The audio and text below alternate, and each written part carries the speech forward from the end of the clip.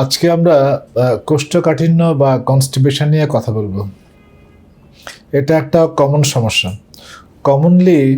সাধারণত এটা আপনার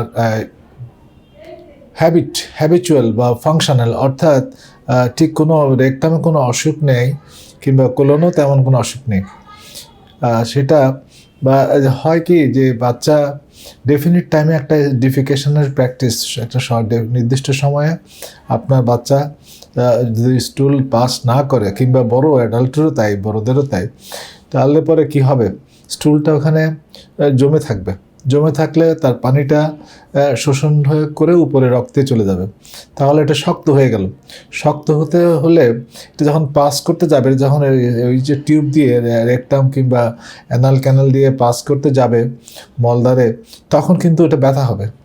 ব্যথা হলে মলদ্বারটা একটুখানি ছিঁড়ে যাবে দীর্ঘদিন এভাবে চললে। আরও যদি এটা দীর্ঘস্থায়ী হয় তাহলে কি হবে, মলদ্বারে আপনার একটুখানি পুরা ছিঁড়ে একটুখানি ফাঁক হয়ে ব্লিডিং হতে পারে, যেটাকে আমরা মেডিকেল ভাষায় অ্যানাল ফিসার বলি। এবং আরও যদি অবস্থা দীর্ঘায়িত হয় তাহলে কি হবে, স্টুলটা জমতে পুরা মলদ্বার ভরে যাবে। এমনকি উপরের দিকে কোলনের যে লোয়ার পার্ট, যে আমরা অ্যানাল ক্যানাল বললাম, রেকটাম বললাম, তার উপরে ডিসেন্ডিং কোলন আছে, ওইখান পর্যন্ত স্টুল চলে গেছে। অনেকগুলি স্টুল দীর্ঘদিন ধরে জমে আছে। এবং তাহলে পরে কি হবে যে আপনার এই সামনে কিন্তু মূত্রথলি বা ইউরিনারি ব্লাডার আছে, ওটা তো চাপ পড়বে, অর্থাৎ ইউরিনটাও ঠিকমতো পাস করতে পারছে না। এবং না পারলে পরে ইউরিনের স্ট্যাসিস বা জমে থাকলে ইউরিনে ইনফেকশন হয়। বারবার ইনফেকশন হলে কিডনি ড্যামেজ হয়।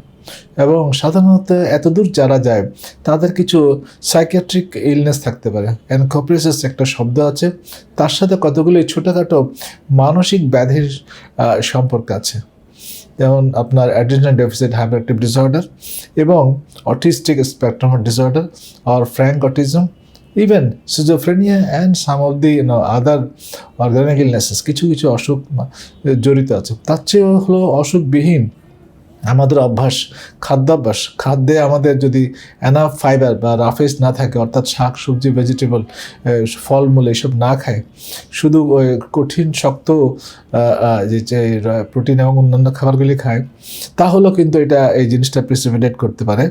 এবং এই মানে ভুলে যাচ্ছি, বাচ্চা সকালবেলা স্কুলে যাবে কিংবা একটা মানুষ কাজে যাবে, ভুলে যাচ্ছে, কিংবা তার একটা অভ্যাস না, সেই ওটা জমে আছে, পথে সে চাপ কিংবা বেগ এসেছে, সে ওটা রেসপন্ড করে না, অথবা বাথরুমে সে যায় না, ওটা শুকিয়ে এইভাবে ফাংশনাল।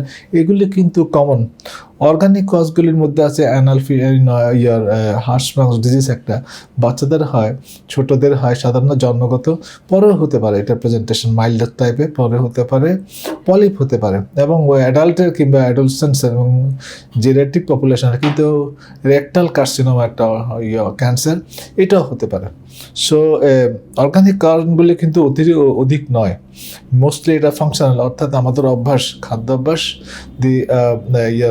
মলমূত্র ত্যাগের যে অভ্যাস, এবং আপনার একটা ডেফিনিট টাইম শিডিউল নিয়মের মধ্যে থাকা, এটার অভ্যাস যাদের নেই তাদেরই এগুলো সাধারণত বেশি হয়। তাহলে এই হলো তার প্রেজেন্টেশন। আর পরীক্ষা তেমন কিছু আসলে নাই, খুব বেশি খারাপ, অনেক বেশি দীর্ঘদিন। যদি আপনার মনে হয় একটা আল্ট্রাসাউন্ড করে দেখবেন, তো আল্ট্রাসাউন্ডে কী দেখবেন?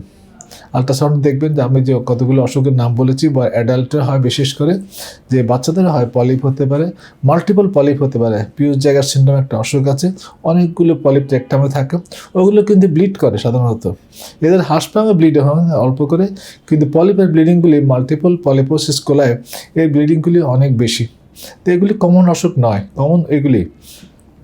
এবং তাহলে ওখানে ওই একটা মাস দেখলেন, পলিপ দেখলেন, একটা ডিজিটাল এক্সামিনেশন, রেকটাম আঙ্গুল দিয়ে হাতে দেখলেন এবং আল্ট্রাসাউন্ড করে দেখলেন। খুব বেশি অসুবিধা মনে করলে একটা সিটি স্ক্যান কিংবা রেয়ারলি অতটুকু যেতে হয়।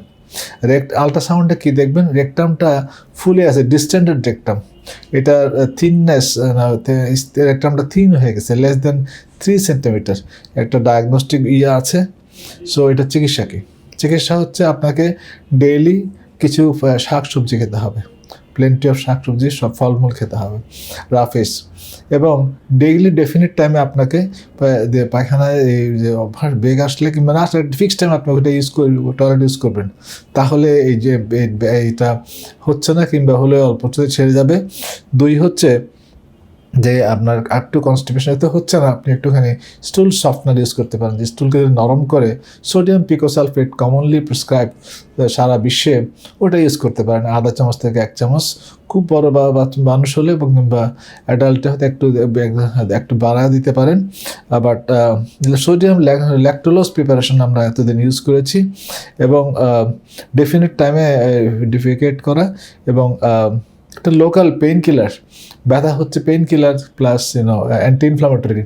আমাদের যে মলমগুলো বাজারে আছে, আগে বিদেশি মলম পাওয়া যেত সেরি প্রক্টোসিডিল এই নামে, এখন দেশের অ্যানোস্টেট কিংবা এই যে পাইলসের মলমগুলি আছে, এগুলো দিনে 2 বার করে লাগাবেন যতদিন না ব্যথা থেকেছে, সাধারণত 2 সপ্তাহ কিংবা এরকম একটা সময়।